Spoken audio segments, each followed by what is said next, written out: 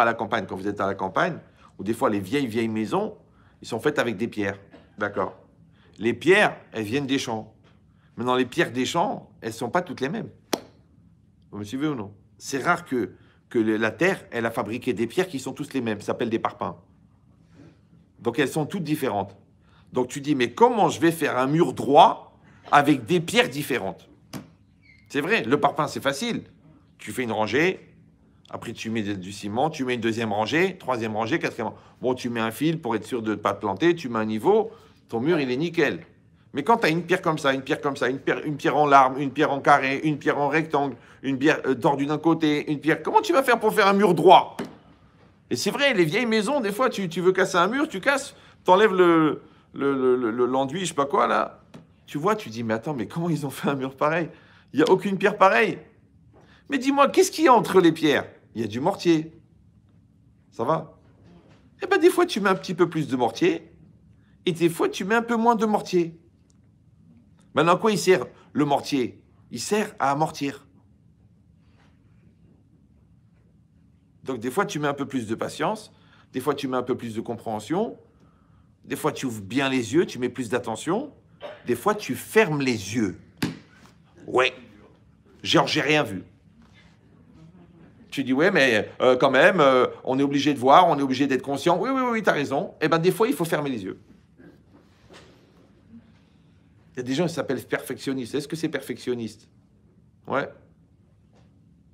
C'est des gens que là où ils regardent, c'est imparfait. Ils ont des yeux.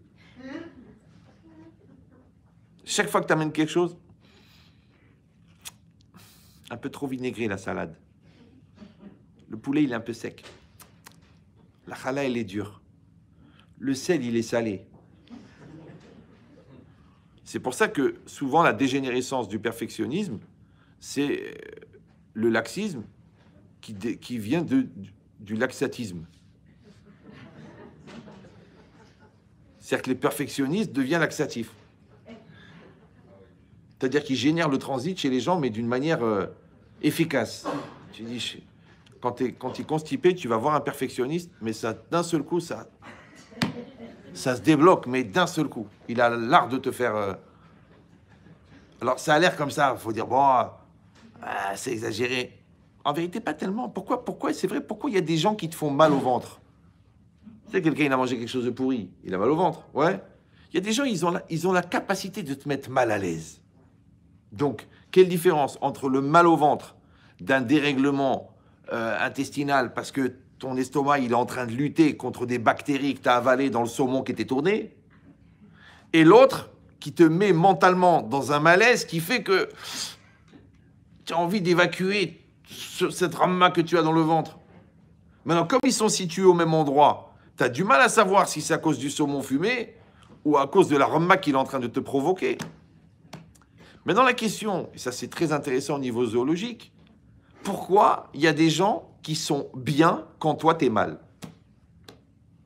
C'est leur kiff. Ils sentent qu'il a pourri l'ambiance, il est bien. Pourquoi tu pleures? Pourquoi tu pleures? Je t'ai tué. Pourquoi tu pleures? Vous comprenez ou non? Il y a des gens, c'est ça leur kiff.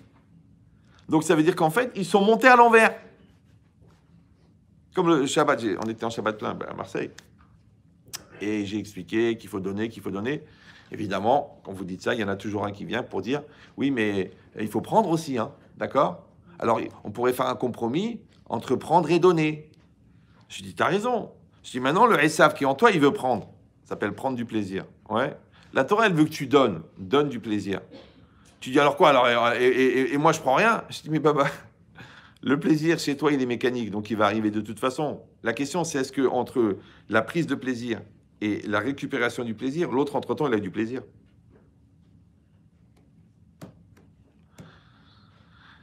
Voilà. Et si tu vas dire, ben, on peut faire un compromis, on prend et on donne.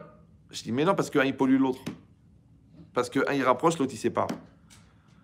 Alors, tu dis, alors quoi, on va jamais recevoir? Je dis, si. Parce qu'à force de donner, tu vas inverser ta tendance, et au lieu d'avoir le plaisir de prendre, tu auras le plaisir de donner. C'est incroyable. Tu as changé ta nature. Vous me suivez ou non? Le plaisir de donner.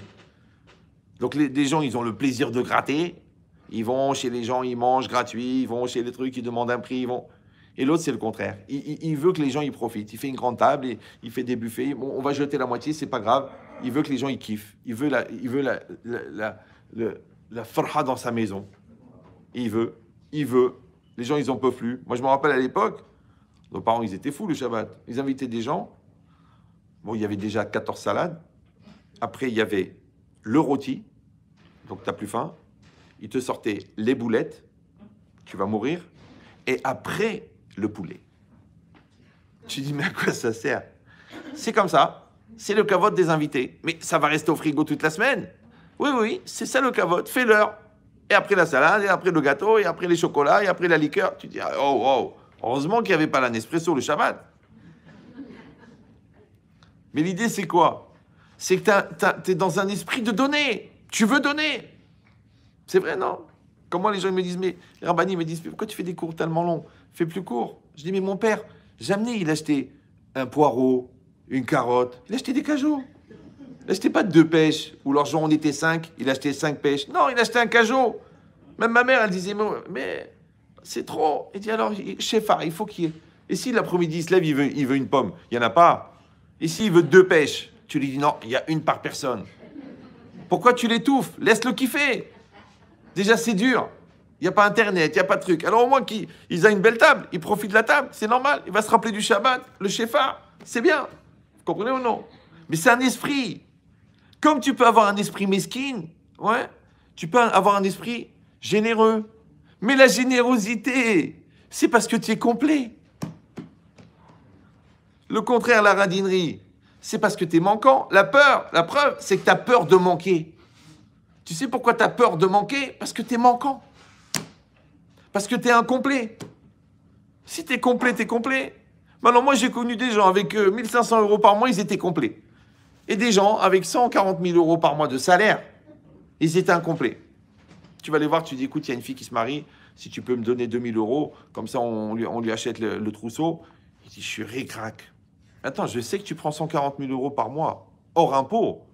Tu peux pas donner 2000. J'ai des engagements, j'ai de la SDACA, j'ai les leasings de la Mercedes, j'ai le... Et c'est complètement débile, parce qu'il paye 2000 € en leasing sur la Mercedes, et comme il est obligé de la rendre, il est obligé de donner 20 000 € pour pouvoir la rendre. C'est-à-dire qu'il aurait pu prendre des Uber tous les jours, c'était moins cher. Mais c'est un calcul, parce qu'il veut la Mercos. Il veut la Mercedes. Ouais, mais la Mercedes, Baba, c'est l'expression d'un manque. Pourquoi la Renault, elle roule pas? Tu dis, ah, c'est pas pareil. Donc, tu veux montrer que... Donc, ça veut dire que tu n'es pas complet. Si vous voyez Baba Salé sur une plage, c'est Baba Salé. Si vous le voyez dans une yeshiva, c'est Baba Salé. Même si vous le voyez dans une boîte de nuit, c'est Baba Salé. Ouais, il n'est pas défini par son contexte. Mais si toi, quand on sort de ton contexte, c'est comme si on enlève le texte, il reste le... Alors, ça veut dire que tu es incomplet. Donc vous avez compris que le mot shalom, il veut dire shalem, d'accord? Et qu'on ne pourra jamais séparer le fait que si on veut être béchalom, il faut qu'on soit shalem.